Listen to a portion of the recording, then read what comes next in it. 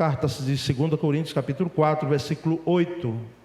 Vamos ler então o texto, diz assim: em tudo somos atribulados, mas não angustiados, perplexos, mas não desanimados. Vamos ler todos juntos?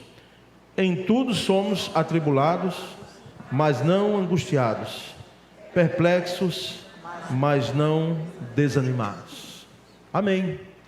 Quero aqui, não alinhamos antes, mas sempre que eu prego, os irmãos que fizeram o grupo de louvor, vê a canção. Pode até ser a reprise de um dos cânticos aqui últimos que cantamos, mas após a mensagem, a música, ela traz o suporte e a gente rega com oração, tá bom? Então alinha aí esse cântico final. Irmãos, como vencer o desânimo espiritual? Esse é o tema dessa palavra bíblica nessa noite. Como vencer o desânimo espiritual? Eu quero crer que todo crente, ele teve, ou tem, ou está passando, né, ou terá desânimo espiritual na jornada, na caminhada cristã. Porque desânimo, e é bom que não confundamos cansaço, tá certo? Cansaço físico, mental, e parece que quando vai chegando o final do ano, né? Eu não sei você, mas eu vou assim pedindo ao Senhor graça, porque parece que aquele vigor, a vitalidade vai se esvaindo e a gente fica torcendo para ter alguns dias, como terei agora, não é? Nesse mês de dezembro, depois um pouquinho em janeiro, indo também a convenção, há uns dias, não é? Embora o reencontro de casais foi extremamente terapêutico. Olha, uma bênção, uma maravilha, não foi, pastor Júnior? Foi muito bom. Puxa, irmãos, eu queria ficar mais tempo naquele lugar ali.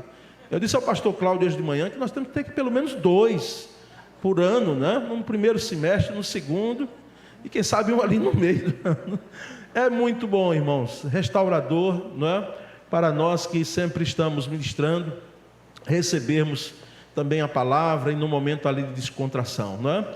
Mas não confunda, ou não confundamos nós, cansaço com desânimo, e principalmente o desânimo espiritual. Mas eu particularmente já passei, e assim, não é você jogar a toalha, dizer, eu não quero ser mais, eu acho que me enganei, não é? Essa caminhada para mim não dá. Não, não é isso. É que na trajetória a gente começa a ver o peso, né, dessa jornada, e não é o peso que a jornada coloca, porque Jesus nunca, eu reitero, Jesus nunca nos enganou. Ele não disse que seria fácil a nossa trajetória, seria uma trajetória, uma caminhada de cruz, de renúncia, é claro que regada de bênçãos, de vitórias, mas nós enfrentamos desânimo espiritual. Se tem sido o seu caso, aqui nessa noite vai uma palavra para você. Como vencer esse desânimo? E nesse texto nós percebemos, aliás, antes de falar do texto, vamos falar um pouquinho do contexto, né? Do livro, da carta. O apóstolo Paulo, irmãos, ele escreveu essa carta lá por volta do ano 56 depois de Cristo, não é? 56, então ali bem antes, antes daquela destruição de Jerusalém, não é? Com o general Tito invadindo. Então ele escreve 56 da província da Macedônia, no decurso da sua 3ª viagem. Ele escreve essa 2ª carta aos Coríntios. Ele já tinha estado lá, e agora ele escreve para abrir o coração, porque segundo os estudiosos, os biblicistas, como nós chamamos, essa é uma das cartas mais pessoais, onde o apóstolo, ele escancara o seu coração para a igreja em Corinto, e ele se mostra um apóstolo onde tem as suas tribulações, onde ele tem as suas dificuldades, os seus problemas, embora nessa carta também ele vai orientar como reparar ali um desvio ético, moral na igreja em Corinto, mas também nessa carta ele vai falar da sua visão, a surpreendente que ele teve, só agora que ele vai colocar. E também nessa carta ele vai deixar registrado de que ele tinha um espinho na carne, que orou ao Senhor por algumas vezes, e o Senhor disse para ele, a graça dele bastava. Enfim, é uma carta muito pessoal do apóstolo Paulo.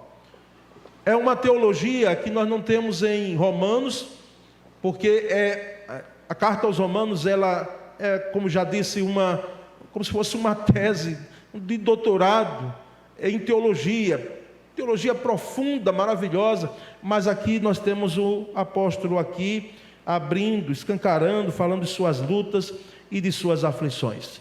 E a autoria é paulina, não é? Pode ser que alguns questionem, quando a gente se debruça sobre o estudo teológico, um ou outro, não é, teólogo, mais contemporâneo, não é? Ele vem e questiona às vezes a questão da autoria da carta, mas os chamados pais da igreja citaram essa carta no segundo século. Clemente de Alexandria, né? Nós temos também Tertuliano, Atenágoras, Irineu, todos eles citaram a segunda carta aos Coríntios e atribuindo a autoria a Paulo, o apóstolo. Então, feito essa introdução, irmãos, nós percebemos então, no versículo que lemos, o versículo 4, né? Aliás, versículo 8 do capítulo 4, diz: perplexos, mas não desanimados. E ele cita outras questões, não é? Nesses versículos anteriores e até nesse versículo 8. Mas o que nos interessa aqui, nessa palavra, é essa expressão: perplexos, mas não desanimados. E nós vamos nos ater aos não desanimados, porque a palavra exaporomeunai, no grego, né? E é com muito respeito que nós citamos, porque, embora estudamos grego, mas sabemos da riqueza que uma expressão grega traz, que tem desanimados como o seu equivalente, né, na nossa língua, significa estar completamente perplexo ou em desespero. É alguém que está em desespero. E aí o apóstolo Paulo vem e diz: não, nós ficamos perplexos sim, mas desanimados, desesperados, em completo desespero, como se fosse numa fase terminal de uma situação. Não. Por isso que nós entendemos o não do apóstolo Paulo, e devemos entender. Perplexos, admirados, às vezes até angustiados, sim, como ele vinha citando anteriormente, mas desanimados não, porque a ideia da palavra grega aqui para desanimados é alguém extremamente em desespero, alguém como se fosse numa doença de fase terminal.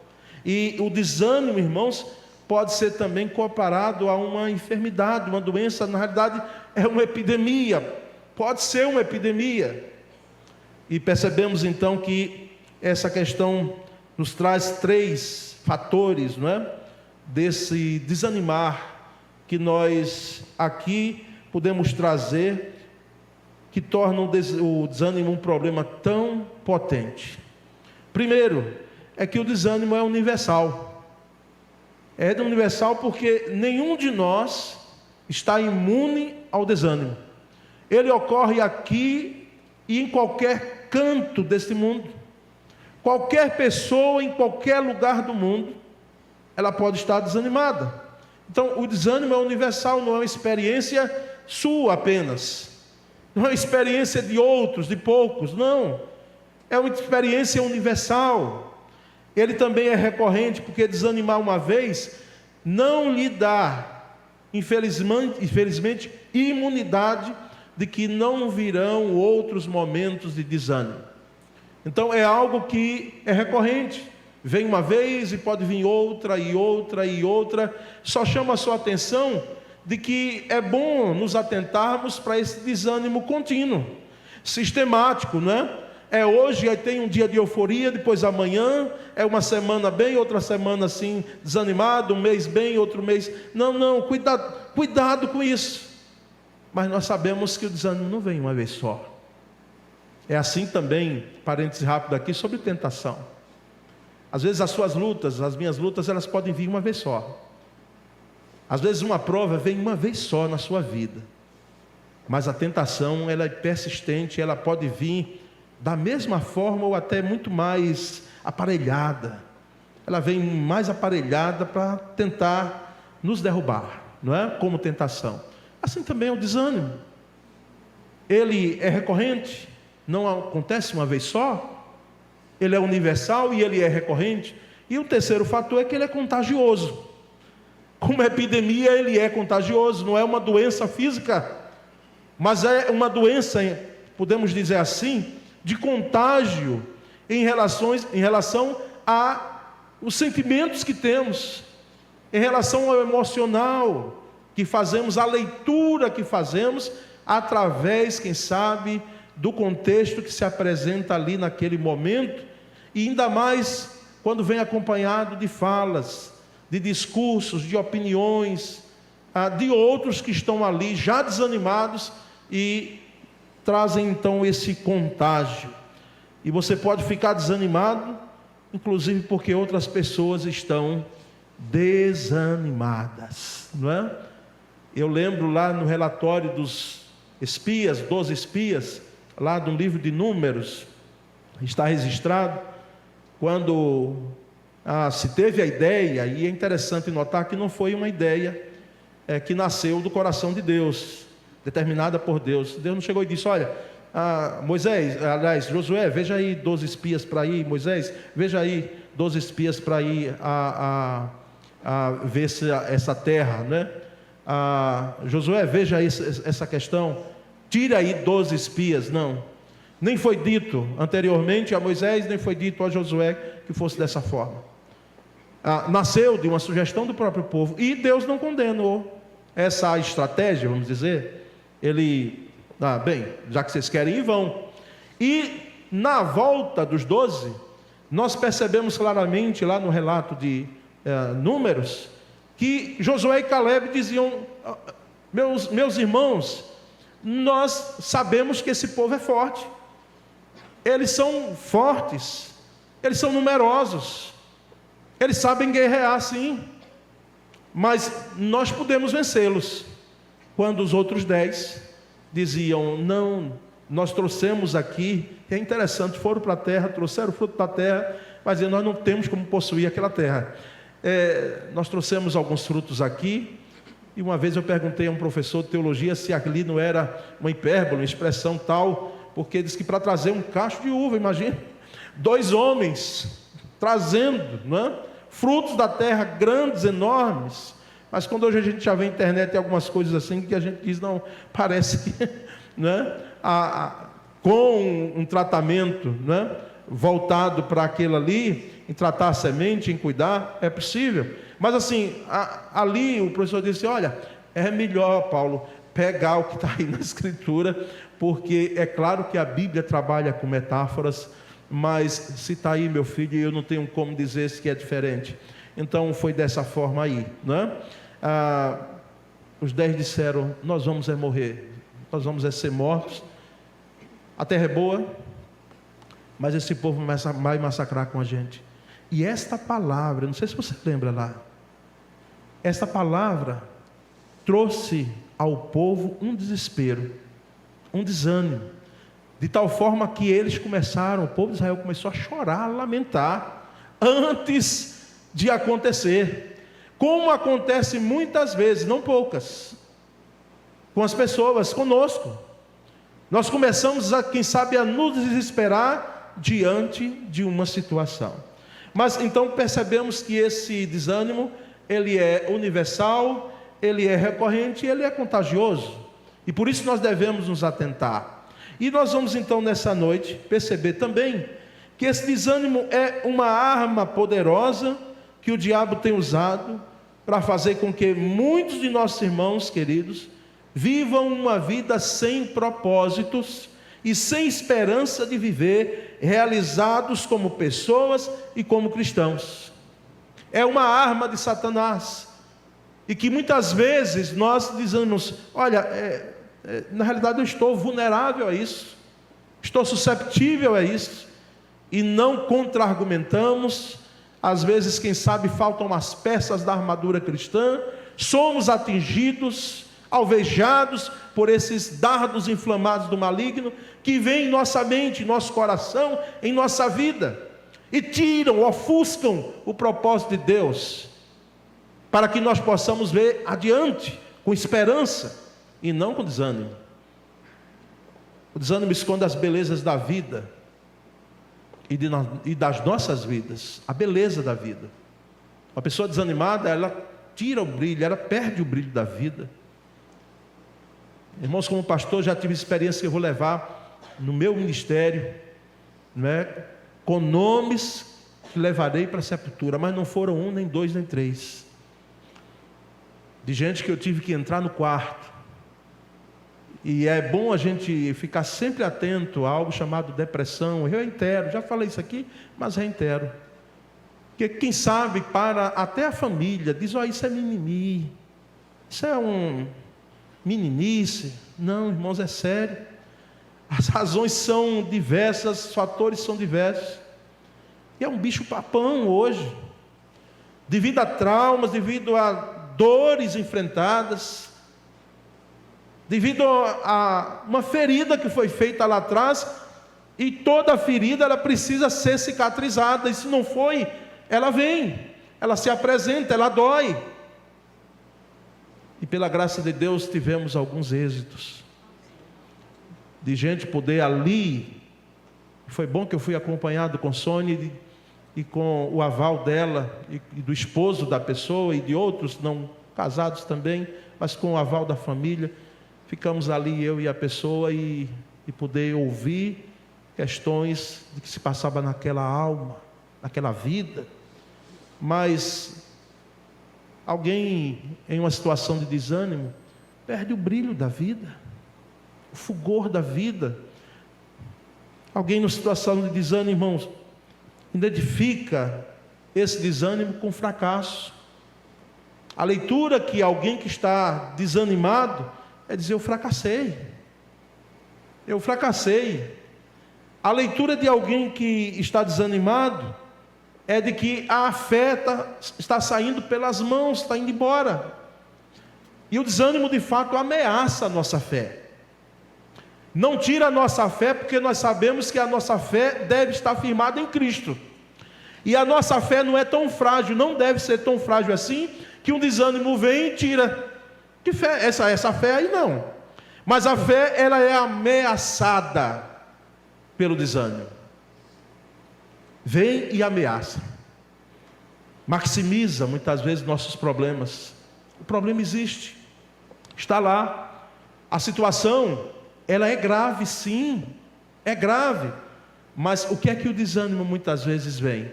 Ele vem e maximiza, ele aumenta, ele magnifica aquela situação. É algo que está ali pontual, mas quem sabe nós estendemos para o corpo todo.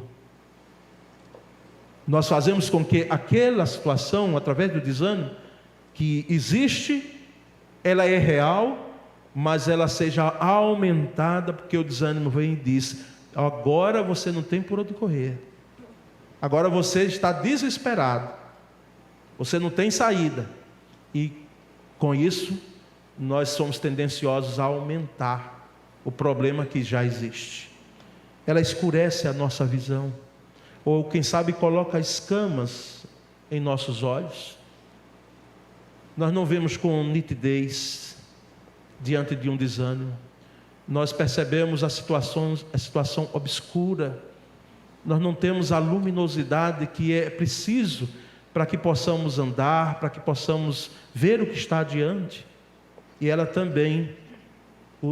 também, o desânimo, destroça os nossos sonhos. Destroça. Irmãos, eu particularmente não sonhei muito não, mas eu admiro gente, irmãos daqui, e se você é assim, que bom. Coloca metas em sua vida, você vai atrás, não é? Você se empenha para aquilo, seja para a sua vida, seja para um empreendimento que você tem. Você diz: não, eu vou lá, eu quero chegar, e vai conquistando.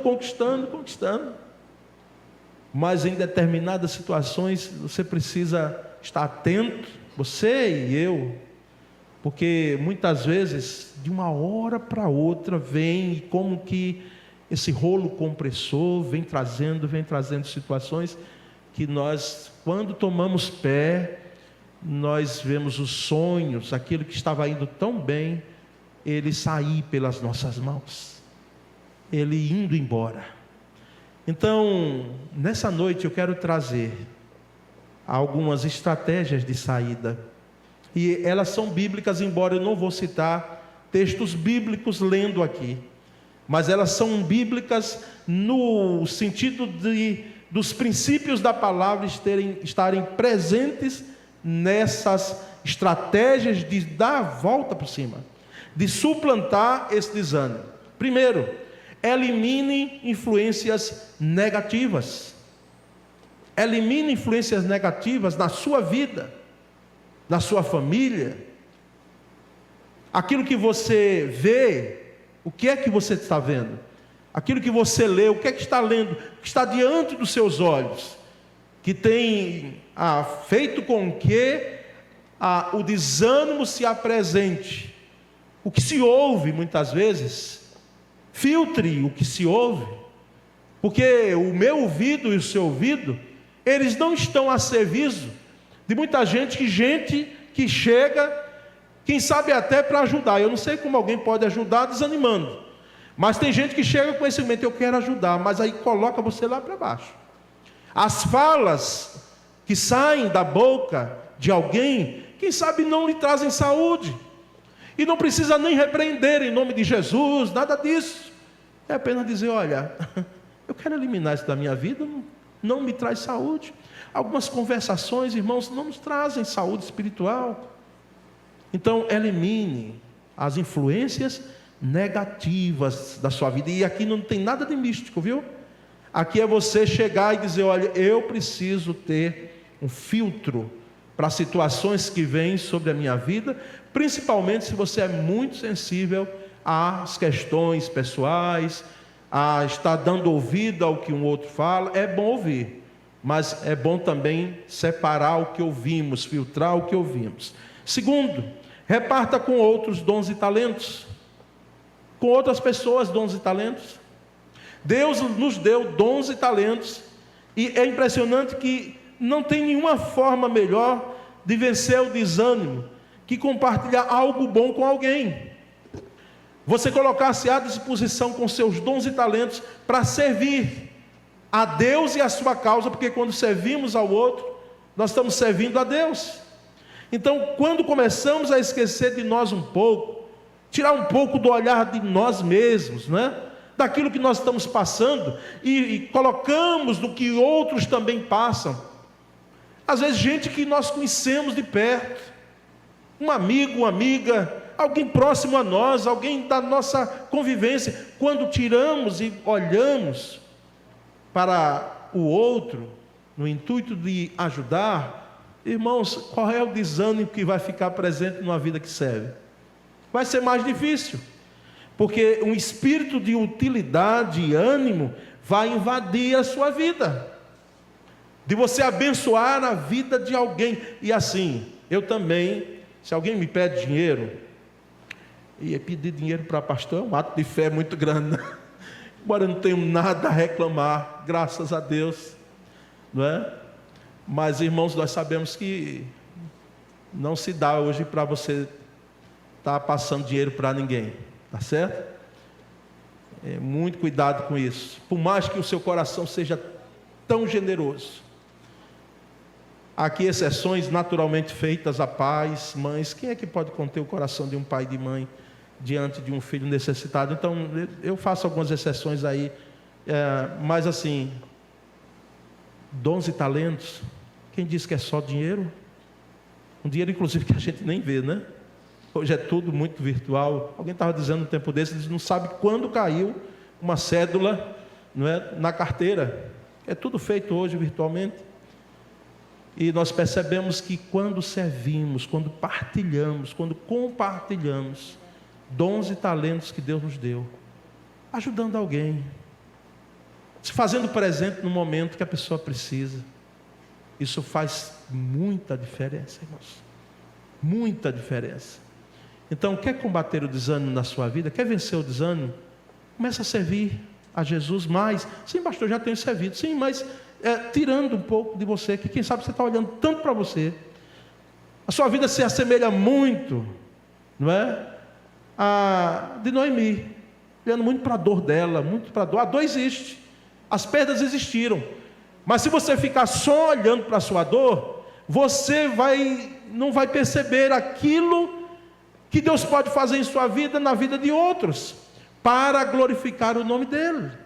Então, elimine as influências negativas de sua vida e reparta com outros dons e talentos. Terceiro, traga à memória as conquistas do passado, as vitórias do passado. Traga à sua memória.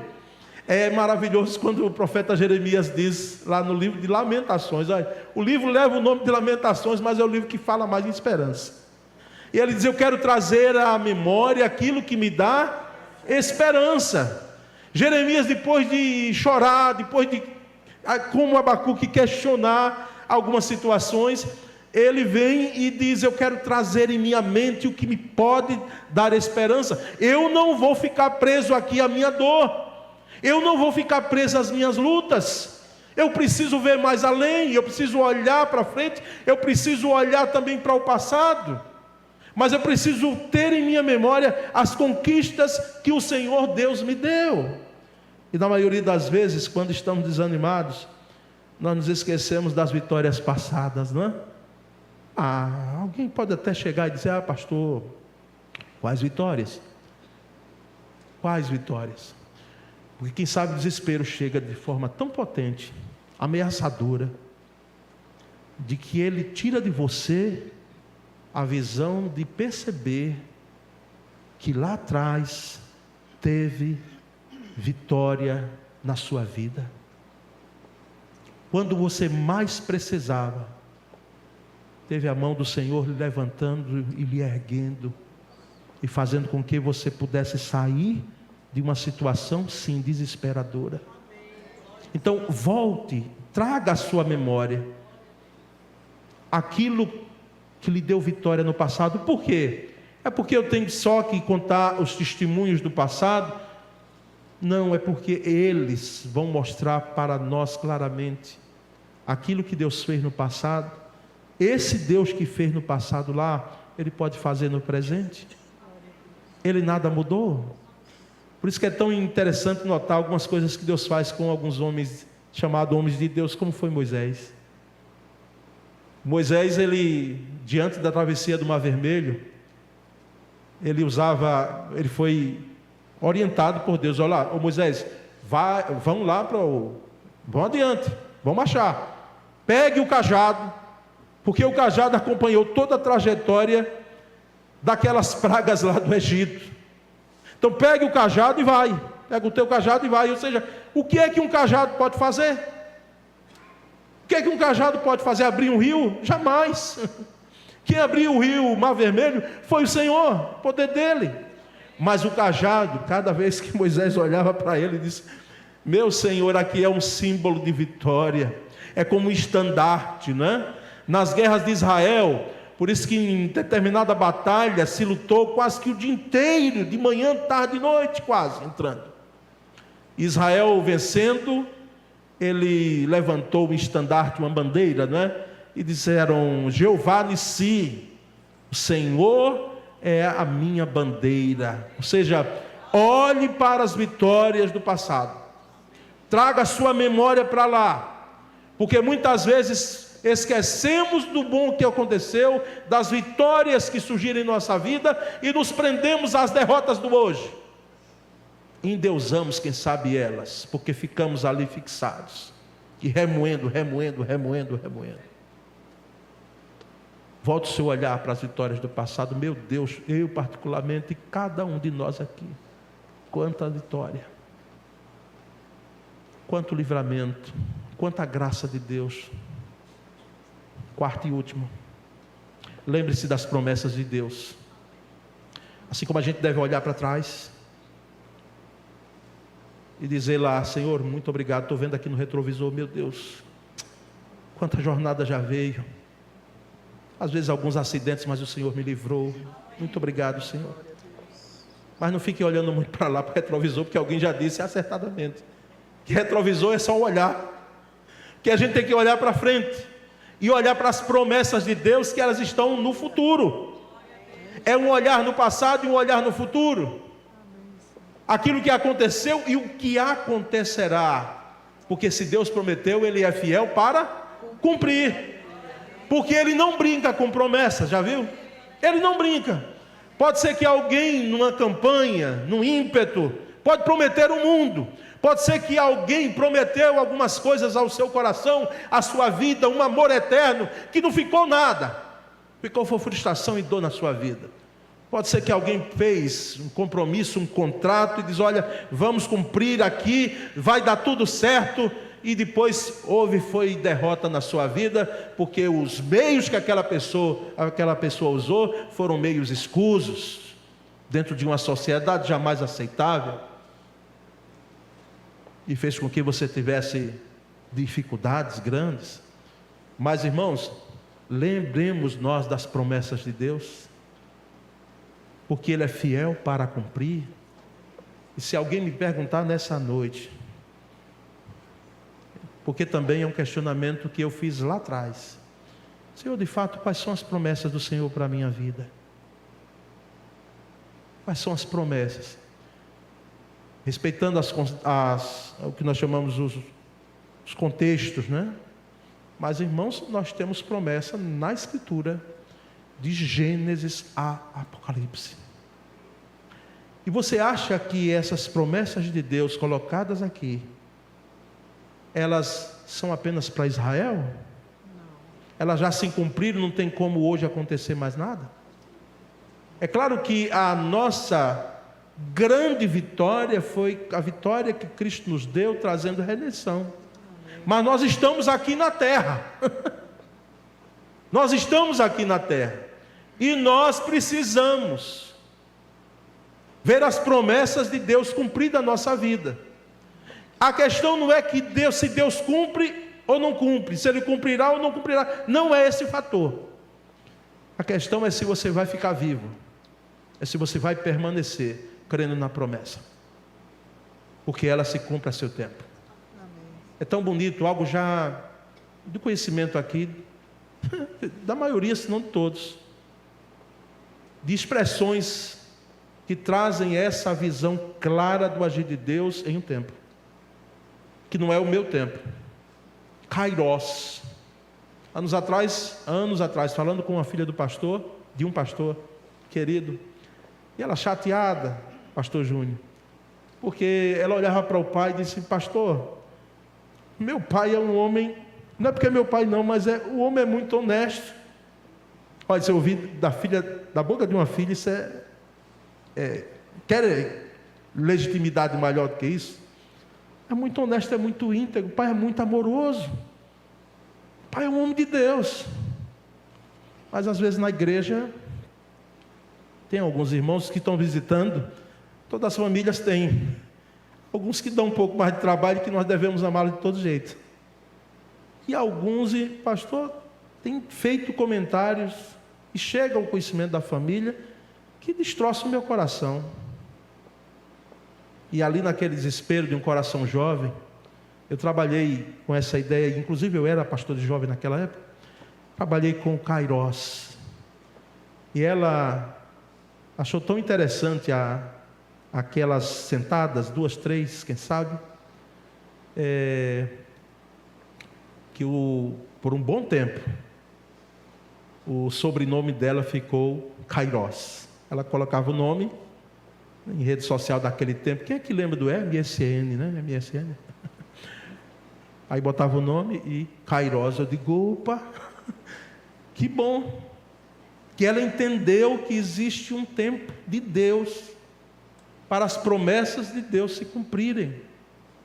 Não sei se no seu caso vão levar, como eu já disse anteriormente, e a Bíblia diz, 25 anos, como aconteceu com Abraão, para ver uma promessa cumprida.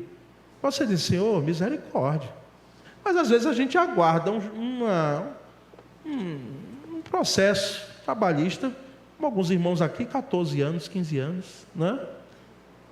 E nós percebemos então que nós devemos nos lembrar, não é nem saber, quais são as promessas, é lembrarmos das promessas de Deus, porque Deus tem promessas em nossa vida.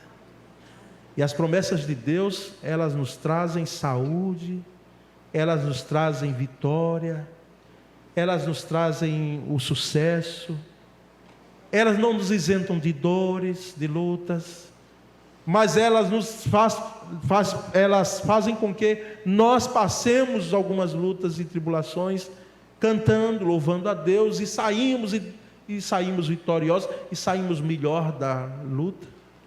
Então lembre-se do Senhor. Quando o desânimo bater o seu coração, lembre-se do Senhor. O apóstolo Paulo, escrevendo a Timóteo, ele diz: Timóteo, lembra-te de Jesus Cristo. Lembra-te de Jesus Cristo, aquele que foi morto, aquele que foi contemplado por anjos, pregado entre os gentios, crido no mundo, recebido na glória, ressuscitado. Lembra-te de Jesus Cristo. Lembre-se das promessas de Deus. Lembre da bondade de Deus que a gente canta. És fiel em todo tempo tu és bom, não é?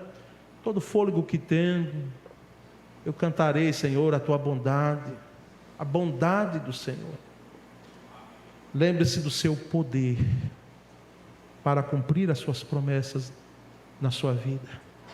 Que a graça do Senhor Jesus Cristo seja com a sua vida, trazendo-lhe ânimo e não desânimo, trazendo-lhe força, trazendo e fazendo com que a sua vida, ela seja uma vida que, é claro, desânimo do ponto de vista humano, natural, mas não desesperadamente, nesse texto, como diz.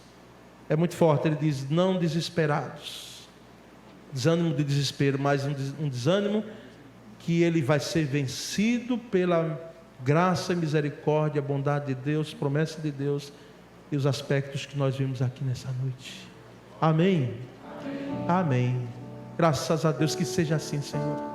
Eu voltarei orando daqui a pouco, depois de ter enfrentado desânimo espiritual na sua vida. Vai além do cansaço. Cansaço a gente lida com descanso, né? Uma boa noite de sono, se for o caso, ir para um especialista, para poder reparar. De tempo desse eu estava tendo dificuldades com sono, não apenas pelas questões pastorais que cercam, de acordar às vezes na noite e o sono se esvair, e dar aquele giro, né? Pensando em vocês, pensando em você. Principalmente se está enfrentando luta ou não. E aí o médico disse: ó, está faltando aqui essa vitamina aqui, vitamina D, né? Aquele negócio do sono e tal. Então, está pegando pouco sol. Imagina, eu, negão desse, precisando de sol. A nossa vida em apartamento, né? Em gabinete. Então, pegar sol. Está faltando, ou através de medicação, né? Então, se resolve. Mas a sua questão não é essa. E aqui nós estamos trazendo algo de sentido espiritual mesmo, bíblico espiritual. É o desânimo espiritual que faz com que você chegue a tal ponto de que, quem sabe, você não estiver bem seguro. Você dizer: olha, estou desanimado de tal forma que não sei se vou aguentar a jornada. Aguentar a jornada. Se é esse o caso, você não pode sair nessa noite ouvindo essa mensagem e dizer: não, tá bom, pois resolve. Preciso resolver agora. Dizer: Senhor, traz ânimo à minha vida, restaura o fulgor. Eu gosto muito dessa expressão. Restaura, Senhor, a impetuosidade que quem tinha nos primeiros anos da minha vida cristã. Comecei bem, mas hoje eu estou, pelas vozes, pelos contextos que estou passando, eu estou me sentindo profundamente desanimado. Profundamente desanimado espiritualmente. Não tenho ânimo nem para orar, como às vezes a gente ouve e passa. Nem para orar, nem para cantar nada, nem para ir para culto nenhum. E se é o seu caso e você veio nessa noite, que bênção. Porque graça do Senhor virá para você, trazendo ânimo. Eu não posso fazer uma oração por você agora. Eu posso orar até por você, mas é interessante você dizer isso ao Senhor, aquele que já sabe o que você já está pensando aí. Então, clame ao Senhor agora. Senhor, renova-me. Faz com que eu tenha a restauração do renovo em minha vida, um novo vigor. Faz, Senhor, isso no meu coração. Olha agora um momento, uma oração que só você e mais ninguém pode fazer. Só você. Coloque diante de Deus.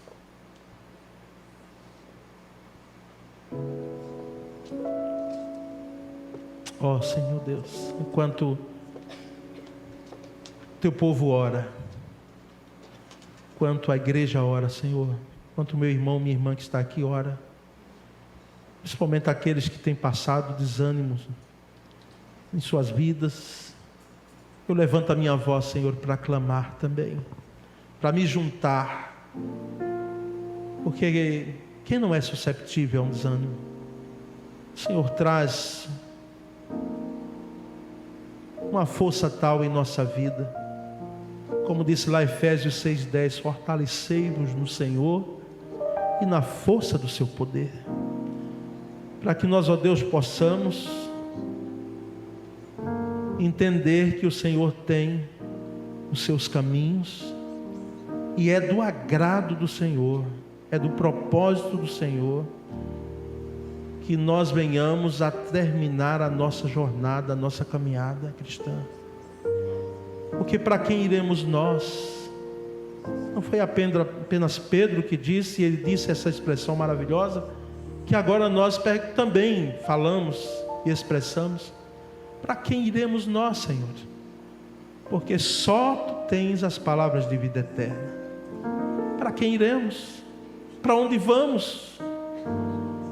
Ó Deus bendito, que essa semente agora lançada em nossos corações, ela produza, e ela seja a bênção na vida, nas nossas vidas. Nós oramos em nome de Jesus. Amém.